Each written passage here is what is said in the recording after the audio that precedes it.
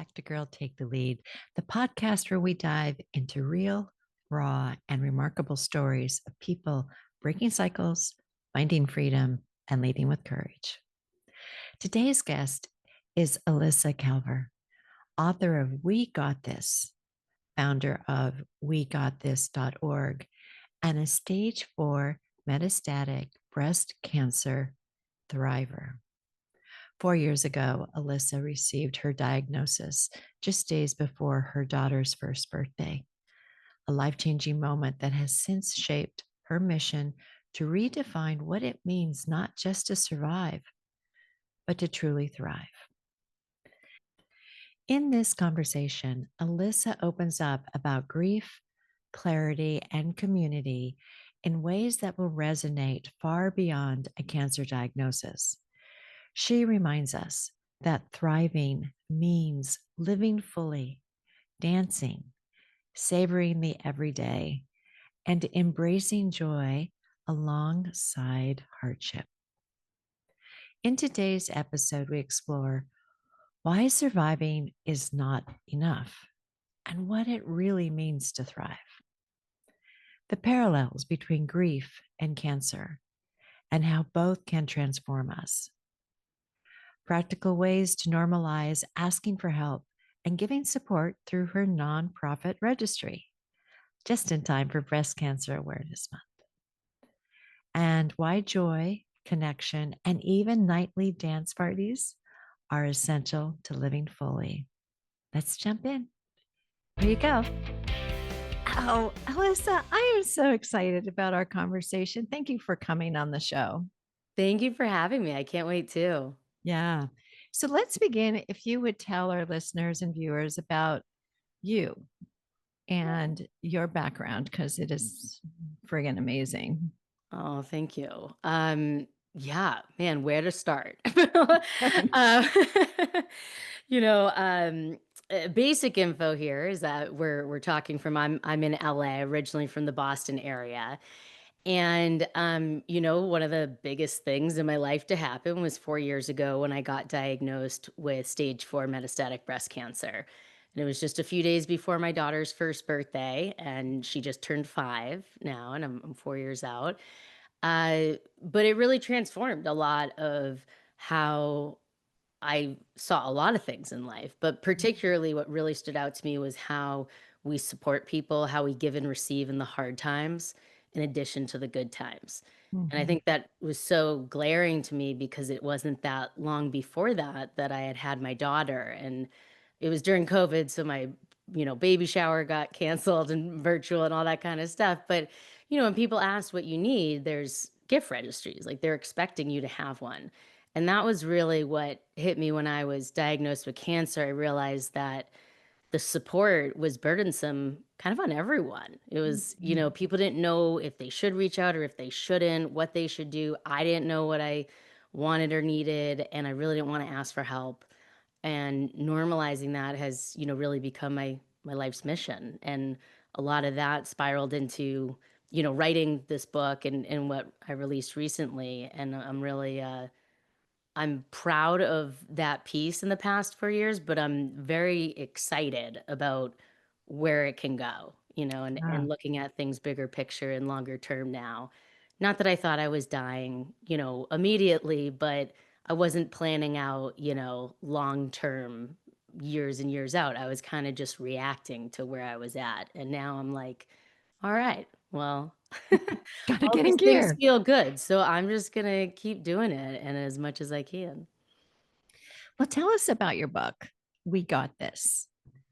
Yeah, I mean, it's really a culmination of what I've learned over the past 4 years of having cancer, but as taken from things I've learned throughout my whole life and my whole career, especially with sports and college sports. I reference, running some charity marathons and things like that. There's a lot of crossover that has it helped prepare me, for lack of a better way of explaining it, I guess, for this life-changing diagnosis that I had and have, right? Because I'm still Mhm. actively in chemo. And so this idea of redefining success and what that finish line looks like, what does it really mean to beat cancer? There's a lot of things that I've said and I hear a lot still, and it's different once you're going through it. And I Mhm. found that particularly with my type of cancer that's not curable and it's right now, lifelong treatment. And when you run out of treatment, that's when you kind of run out of options. And it really helped me to redefine like, okay, I don't need to be in remission or cured to beat this. I'm beating it by living my life fully. And that's Mhm. really what the book's all about and what I hope people take from it. And Mhm. also that you don't have to have cancer to live fully. So I hope that everyone finds finds the nuggets in here I definitely think helpful. it's totally helpful because so many of us know people we love who are going through this or have friends who have friends. I mean, it's just it impacts all of us. And I think one of the things that you're doing is creating a community of people. And we're going to hear more about the registry, but and you just took a different tact on that. And I can't wait to tell our listeners about that. But first, in chapter 1, you say surviving is not enough. Mhm. Tell us more about that. And when you say choosing to thrive. Yeah, so for me, that really hit me hard when it was a year into having cancer. My initial chemo worked really well. And then I had a recurrence in my left breast and two tumors in my brain. And that was obviously very shocking. I didn't know that, and it is more common than I realized for metastatic breast cancer patients, about 30% that happens to. Mm, But what I realized from that, because I went on treatment that worked so well, got rid of my brain tumors, everything was under control, but I was barely hanging on in terms of like my will to want to be alive. mhm, And I mhm, wasn't trying to hurt myself, but I felt like every day waking up was a burden. It was like mhm, so painful to live life. And that's when I eventually spoke up, because when we get diagnosed with cancer, we say we're going to do everything, we're going to fight it, all this stuff for everyone else. And I started feeling like, what about me right now? I don't know if I can handle that, of how hard this has been. And that's when I spoke up to my oncologist, spoke up to my husband and my family and my friends, and realize that sometimes it's not just about survival or staying alive. It's prioritizing that we're humans still and we deserve to mhm, live. And it really opened my eyes to that from before having it myself, and other people close to me diagnosed with cancer going through it. I mean, in my head, it's like treatment's working, you're good, awesome. mhm. And I just realized that it's not the whole picture. And that's not the minimal piece that I want for the people that I love or for myself. Yeah. Yeah. Well, you've definitely taken that to heart for yourself, the thriving part. Yeah, I mean, I've always been like my husband and I have always been the type that like we'd fit in as much in a week as we could kind of thing. And we Mhm. like to relax and all that too, but if there's fun stuff happening, we want to be a part of it. And I'm still that way, but I think very much an amplified version. It's like I've taken that to, the work that I do. I put in quotations for the nonprofit because it's not necessarily a paying gig at this point, but Oh, it's it's work though. yeah, it's a lot of work. It's the hardest I've ever worked, the most hours I've ever worked, and it is by far the happiest I've ever been, Oh, doing that's so good. doing something. And it feels good to kind of realign, like, why do we need those times? Like, Mhm. I love nostalgic stuff. I have the MTV logo behind me for We Got This. Went to the Backstreet Boys at the Sphere recently. Like, those are the things that like bring out, our inner child and all of that that really helps me thrive. But just kind of doing things and being more sure of myself. It's like this change that I think would have happened anyway throughout my career, my life. It accelerated in hyperspeed, the Mhm. minute I was diagnosed. Yeah. Well, I loved what you had to say about clarity because these traumas that come our way, they do open us up Absolutely. for clarity. And you have a wonderful passage on page 10. Do Yeah. you mind reading that for us? Not at all. All right. So here on page 10, as crappy as it is to have cancer, the experience of surviving and thriving with this disease has allowed me to explore on a far deeper level the best parts of who I really am, which has been both liberating and empowering. Gaining this level of clarity is possible for all of us. It is as possible for you as it is for me. Having cancer is not a prerequisite for living a full life. No matter what challenges you're facing in your life, my urgent hope is that you understand and embrace the knowledge that you too can stand in this place of unapologetic authenticity. You can make the deliberate decision to understand and appreciate the world around you from a wider, more all encompassing perspective. This choice belongs to all of us. The thing about clarity, though, at least in my experience, is that it doesn't always come when you want it to come. It comes when you need it to come. I was at the lowest point of my life when a new level of clarity arrived and opened my world in unfathomable ways. Mm.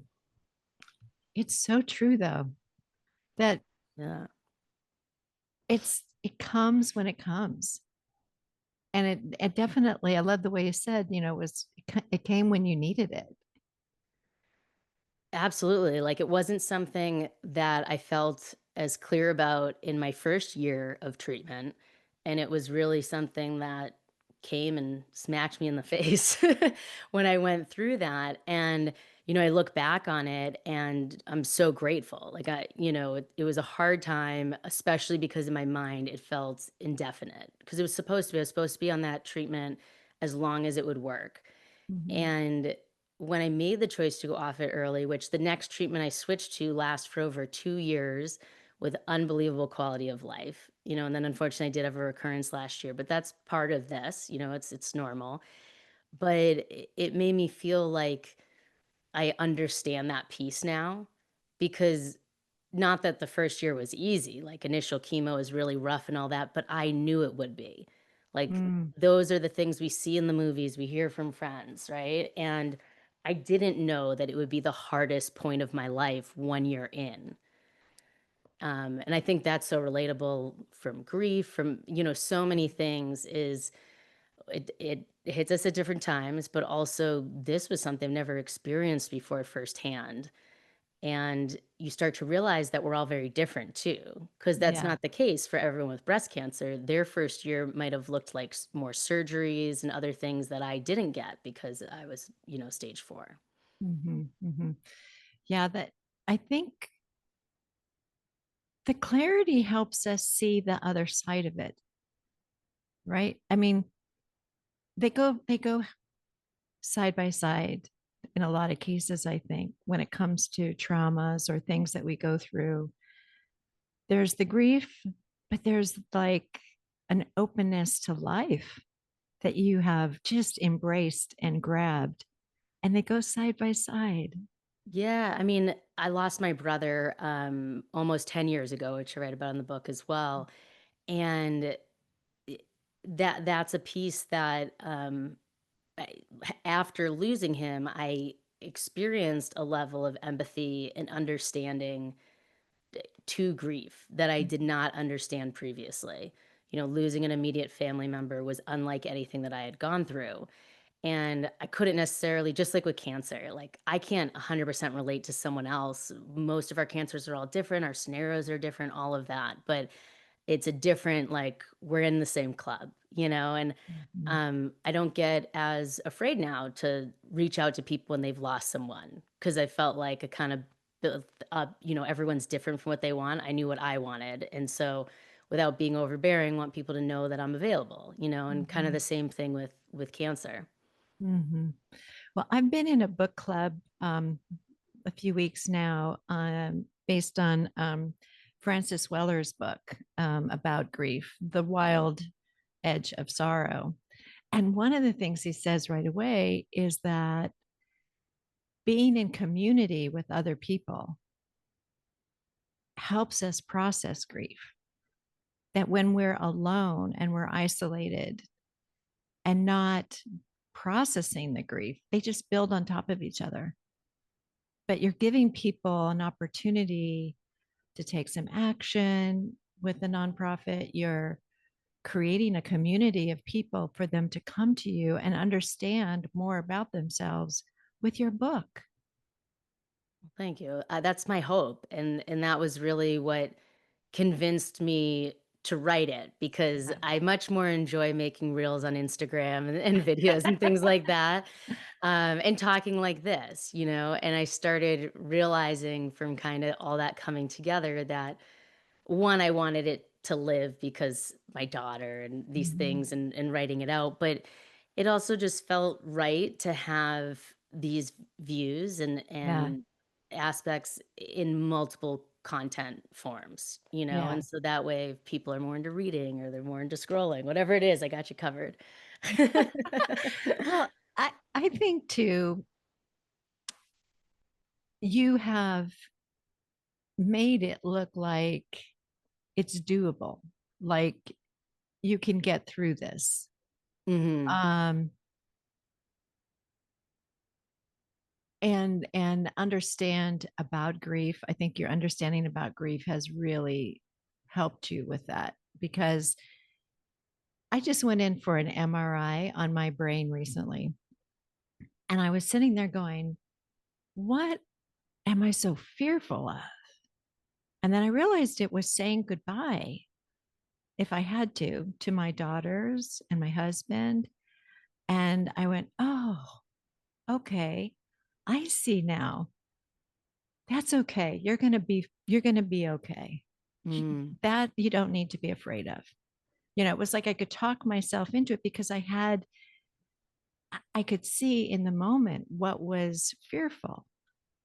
And your book helps people see these things like the fear, the grief, like how come my body is doing this?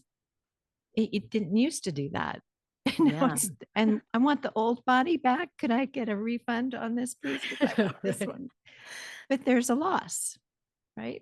I mean, Definitely. so I know that you experienced it through cancer, but many people experience it in so many different ways, the loss of the body and the changes in the body and things that it does now that you just did not know it was doing. Yeah, I know. I mean, so much happening behind the scenes. I Um, know. I like the example that you gave though, because with the brain MRI, right? So your fear was, more the thoughts, right? Like Yeah. intrusive thoughts. Whereas someone else's fear might be that they're claustrophobic. Oh, Or yeah.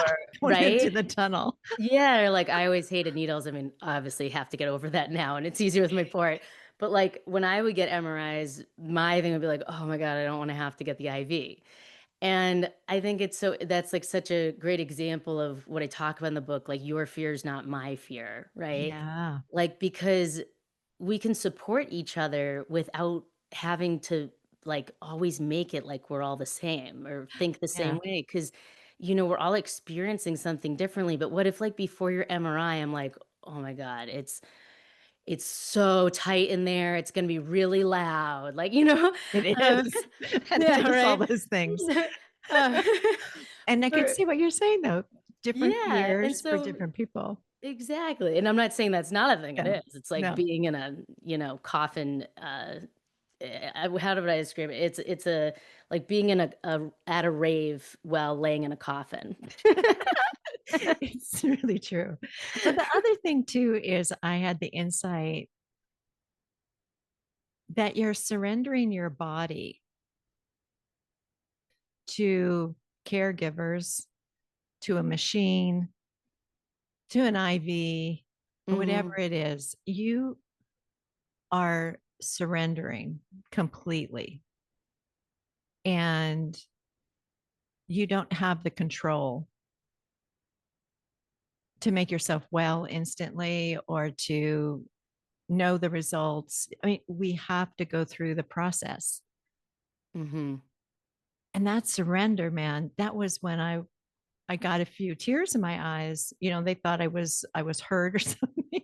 I'm like, No, I'm fine. I'm really fine. I'm just got a huge insight into what is happening to me right now. Yeah. But I think that's part of what you're bringing to the surface for us is that, you know what? These things we go through, we process, we just take the next indicated step, whatever that is, and it'll be all right. It'll be fine. Yeah. You have a wonderful passage, and I know I'm making you work really hard on this No, I show. don't think. Page 13, when you're talking about grief. I think this would really help our folks, our listeners. Yeah, definitely. So on page 13, the cancer of grief. To Mhm. create a stronger foundational understanding of my relationship with cancer, I must also explore my deepened relationship with grief.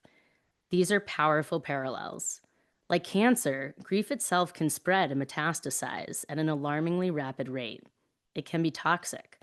Its poisonous tentacles can snatch your breath away and reduce the world around you to a dark, dismal, and very, very small place. Like cancer, the toxicity of grief, if left untreated, unchecked, or simply ignored, has the capacity to be lethal. Again, I speak from my own experience. But grief, like cancer, can also be transformative, like it was for me, because I deliberately placed myself in the right headspace and gave myself the permission to look at my life through a wider prism that certainly includes my diagnosis, but is not totally defined by it. Have you ever dealt with the heaviness of fresh grief? Perhaps you're struggling with the final vestiges of grief after having experienced a loss from long ago. Whether grief has any role in your life today or not, chances are you're familiar with its sting and its heaviness. But grief, like cancer, can also be revelatory and eye opening if you decide to shift its paralyzing heaviness into something that's more positive and palatable in your life. Just as I could not control the arrival of my cancer, I could not control the arrival or source of my grief. Both things arrived suddenly and created huge and messy imbalances. But if you look closely enough, you'll see something other than darkness inside the hidden folds of something as awful as cancer or as stinging as death. What I have found in both things is a measure of control and acceptance. It took me a while, but I have found both. Mm, so good. Thank you. So good. Do you still have moments of grief?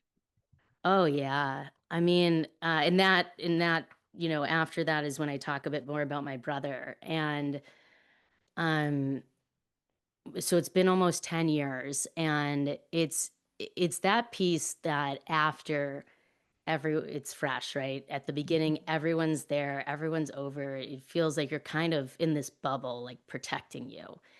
And then it's really those years later that when I experience grief, it's usually on my own, like driving in the car. I have a grief Mhm. playlist that, like, when I do feel like I just need to feel it, I just kind of play it. Do you sob? I sob. I mean, I'm not much of a crier, which is interesting. And so uh-huh. a lot of times it's confusing for my husband because I might have like a tough day of grief, but like he'll have no idea. Because it's not that I'm like afraid to discuss it. It's that I just tend to be able to like sit in my feelings more when I'm Mhm. doing it on my own. And of Yeah. course, I like talk to therapists stuff about cancer and other stuff. It feels like what happened with my brother, which his wasn't cancer. We lost him to an accidental overdose very suddenly, Mhm. and it's different than me talking about myself. It's Mm, different than these things because I can only understand parts of it, and it's still so hard for me to comprehend or like really sometimes I try to really feel it and sit in it, and it's hard yeah. for me to do that. Yeah. Well, I tell you, with this book club, I I'm kind of I sound a little bit like you when you're talking because I'll get very stoic and you know process and then I found myself the other day driving and I was listening to like Crosby, Stills, Nash and Young from like 1960 whatever or 70, and I'm like weeping because I'm thinking to myself, we don't have that kind of music anymore. The world has changed so much. But I know what it was. It was all of these things were bubbling up. from, that I wanted to take a look at, that I was ready to take a look at. Yeah. And I could then let it out. But most of the time, I'm like intellectualizing or processing or, getting through it. I'm the person you want to have in an emergency because I don't lose it. I'll lose it after, but not during the emergency. Um, but it's very interesting how grief works. And I think it got some really great insights into that because without the grief, we don't get to thrive. We don't get to see the beauty Yeah. of things. And I want to like, this comes up a lot, actually, I feel like in the cancer community, of whether or not people want pictures of them, like when they don't have hair or they're in treatment. And I'm so grateful that I not only have pictures, but since, like, we were starting the nonprofit, one of my best friends, Billy Donnier Photography, she knew, like, that we'd want them. So it was like, I knew I was diagnosed. It was my daughter's first birthday. Like, we took family photos then, even though we were each kind of like stopping to cry a little bit in between because we had just found out my diagnosis. And then she came with me to chemo one time. And so there's like, professional photos that she took of me asleep at chemo. And, like, looking back on it, it's not, and I can't speak for everyone because sometimes this is, like, that blip in the radar that you wanna forget, but I really Yeah. feel and encourage people to, like, honor it. I mean, I'm Yeah. really proud of what I've gone through and done, and I don't want to erase that, you know? While I don't let it be the only thing that defines me, it does define me to some extent because it's empowered and inspired me to, like, live my life completely different, you know? Yeah. So yeah. Well, there were some statistics I think you wanted to share with us. I know when we talked before that we talked about, um, do you want to talk about them? I'm going to list them or do you want, or I can do that? But Yeah, I can mention it. I mean, yeah. so in case I say anything wrong, I'm going to preface this with for metastatic breast cancer, I really love metavivor.org. They're really great on being up to date on statistics like this, specifically for metastatic breast cancer. But what a lot of people don't realize as we head into October and pink and breast cancer awareness is that only 2 to 5% of those funds end up going to stage 4, to metastatic breast cancer. A lot is spent on prevention and early detection, which is so important, absolutely. It's just that I did all those things, and I was 34 when I was diagnosed, and I don't have any genetic mutation and I'm stage 4 anyway. And we don't have an explanation for that, right? And so while I very much strongly believe in prevention, all that, I think it's really important that we understand beyond that. And I think it can be scary sometimes, which is why I think stage 4 does need more because Yeah. people are a little bit afraid to talk about it. But a third of all breast cancer patients who were diagnosed in an earlier stage will end up in stage 4, and one in 8 women are going to end up with breast cancer. So the amount of people that this affects, that we're probably some degree of separation from. In my case, it's myself, right?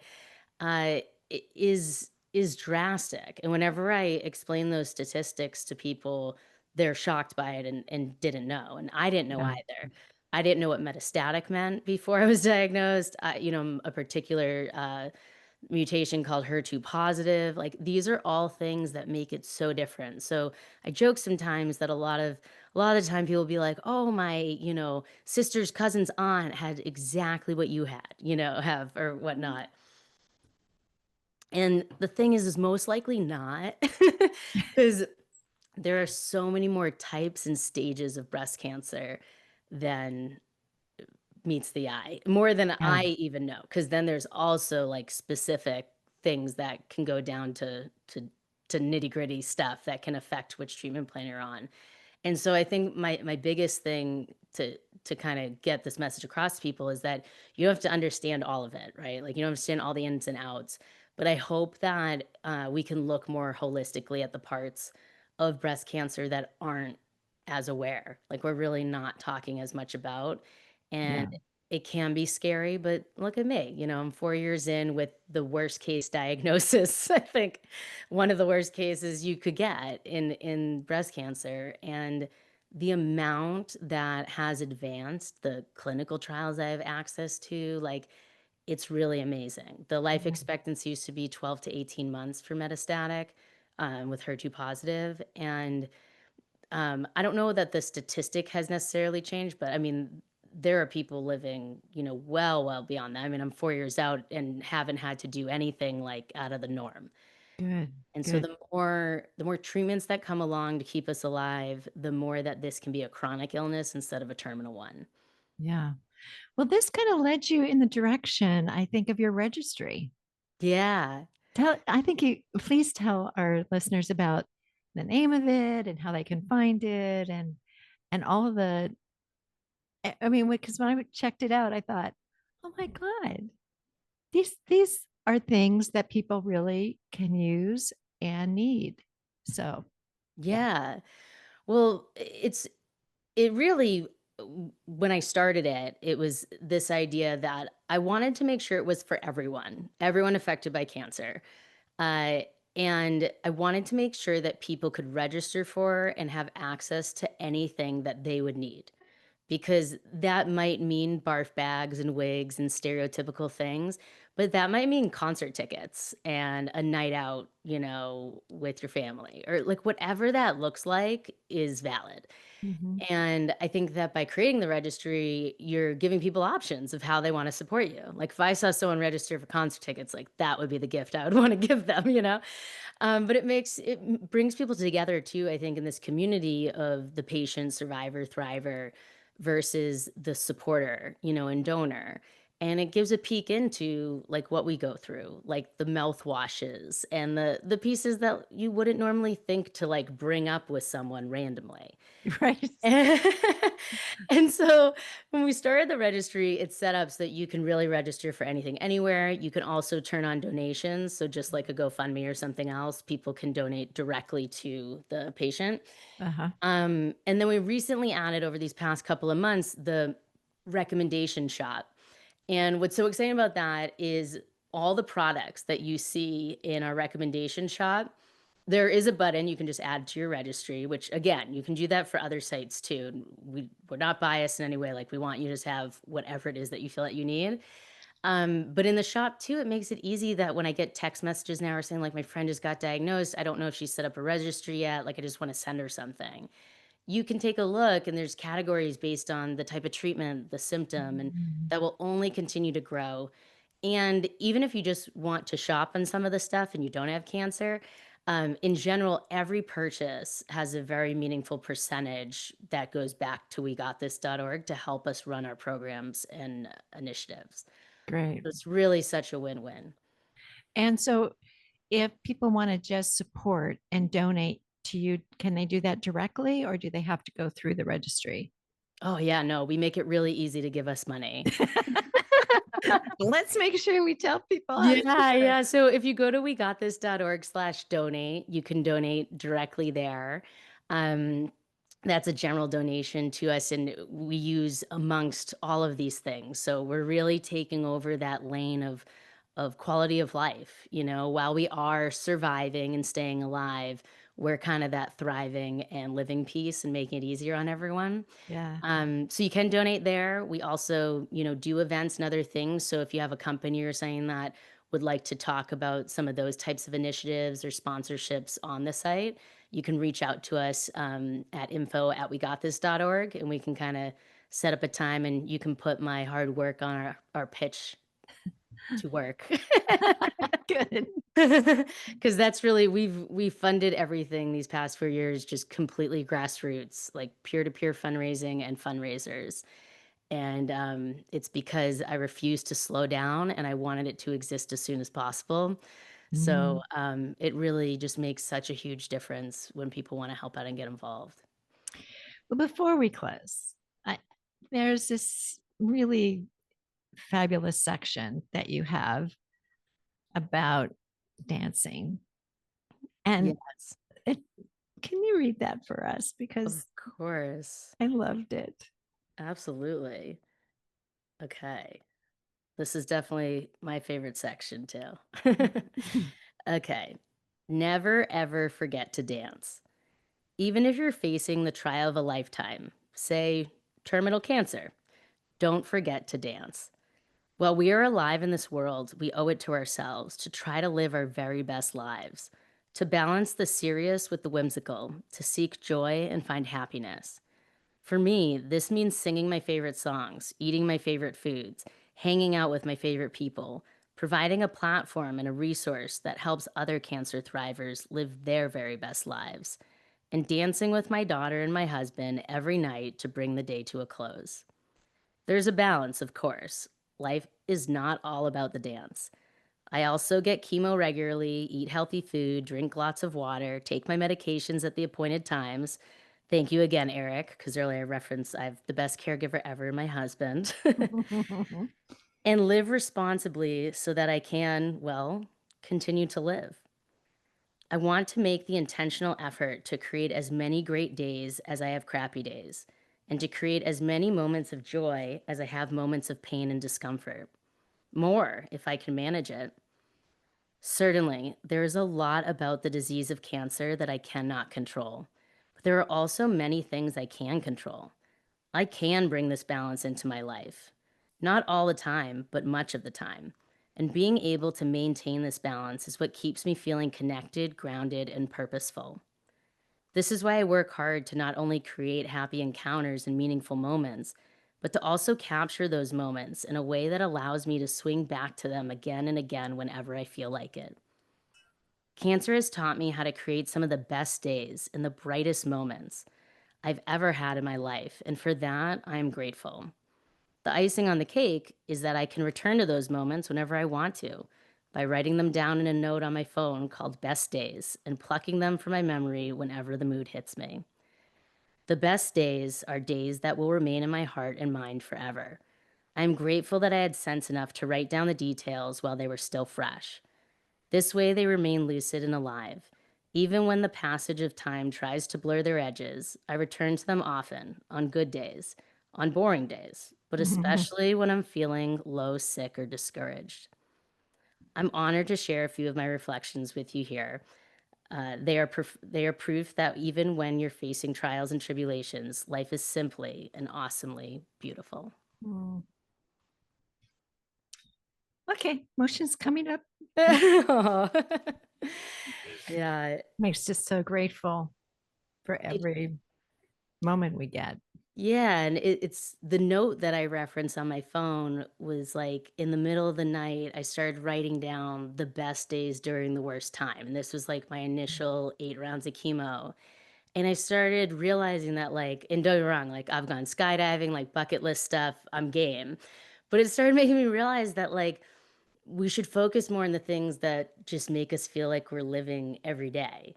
And Mm. so while my husband was able to have a certain amount of family leave to take care of me with chemo, there'd be those few days before the next round that I'd feel like me, right? Like I wouldn't have as severe of symptoms and things like that. And we would prioritize anything that we wanted, we'd go get the best. So, like, if we were making salads and things, we wouldn't go to the grocery store and get olive oil and vinegar. We'd drive the hour to Santa Barbara, and we'd go get, our favorite olive oil and vinegar. Oh, it's so great. And it just, like, it was the kinda thing, like, why waste any of it, And you can't Yeah, it's not yeah, realistic to do that for everything, but I try to remember that when it's like, there's always opportunities for those kinds of special experiences. absolutely.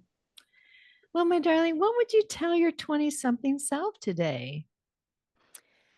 I would tell my twenty-something self to just keep doing what you're doing. I wouldn't give anything Mhm, away. I wouldn't tell her to do anything differently. I don't think that anything I could have done in, like, my recollection would have changed this outcome of cancer. mhm. But I do think that had I done things differently with anything else, it would have changed the way I am, and I don't want any of that to change because Yeah. this idea of being so collaborative and the career paths that I took, I don't regret any of them, even if I didn't like them. And so I hope that my 20-year-old self knows it's all gonna be okay, and even when it's not okay, we're gonna figure it out. Yeah. Yeah. Okay. So cards, I made you one because, well, I can tell the story now. Yeah, After speaking with you and hearing all about We Got This, I had, and I still have them up there, I have a series of cards that are about you got this. But in speaking with you, I understood that the we was so much stronger in connecting with people, that the you was like a separate from me. And there's still people I think who would like the you. So I have it there. But I've added the we got this because, and I have changed the ending of my outro that's connected to the podcast for the last, well, since you and I spoke. amazing. I changed it from you got this to we got this. So I thank you for kind of helping me see and having an insight there that says, the we builds collection and builds community. Yeah, well, thank you for sharing it, and I'm so glad that it resonated. It's one of those things that, like, none of it's wrong. It's not wrong to say I got this or you got this. It just I think you found too, it just feels right saying Yeah. we. Yeah. Yeah. And it just feels better, and I think that that level of camaraderie is, like, where the shift, I hope, really continues. Yeah. So I'll have that for people to see. Um, and we'll get that to you um, quickly. So thank you. I love Thank, it. Yeah, thank we're you gonna for have sharing to this. have that as a recommendation. Thank you so much for sharing yourself and your energy and your book, just everything. Just thank you. Likewise, and as I mentioned too, getting to talk more about grief is really exciting in a way. It's the kind of thing that you want to talk more about it, but usually, you're afraid you're making other people feel uncomfortable or that. And I think that totally overlaps into the cancer world too. Mhm. And I think providing the space for people to normalize it and talk about it is just so important. So thank you for all that you do. Oh, thank you. Thank you, Elissa, so much. Of course. Thank you so much for joining us today. Alyssa's story is a powerful reminder that we don't have to wait for life altering moments to live more fully, that clarity, community, and joy are always available to us. If this conversation inspired you, I'd love for you to leave a review wherever you're listening. Reviews help us reach more people and show how they can step into their own journeys of courage and connection. And if you know somebody navigating cancer, grief, or simply the challenge of living with intention, please share this episode with them. Alyssa's message of "We got this" might be exactly what they need. You can also learn more about Alyssa's work at wegotthis.org and pick up her book, We Got This, wherever books are sold. Here are a few of my favorite quotes from her. I don't need to be in remission or cured to beat this. I'm beating it by living my life fully. Grief, like cancer, can grow if ignored, but it can also transform us. And even if you're facing the trial of a lifetime, don't forget to dance.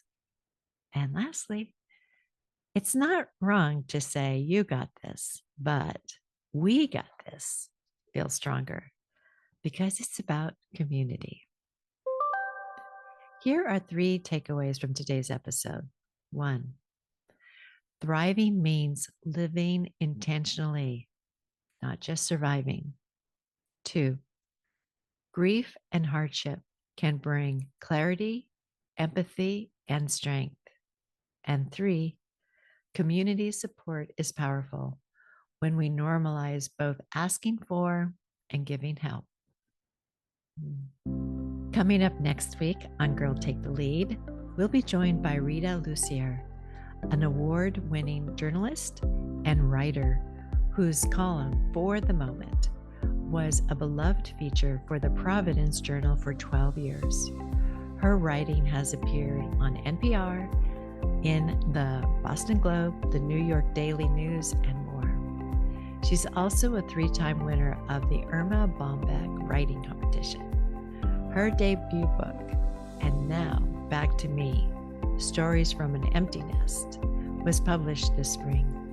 We'll explore her reflections on motherhood, transitions, and finding her voice again when the nest is empty. Although I gotta say, I'm not sure it's ever empty. They keep coming back. It's an episode you won't want to miss. Until then, take care of your heart, lead with courage, and remember, we got this. Talk soon. Bye.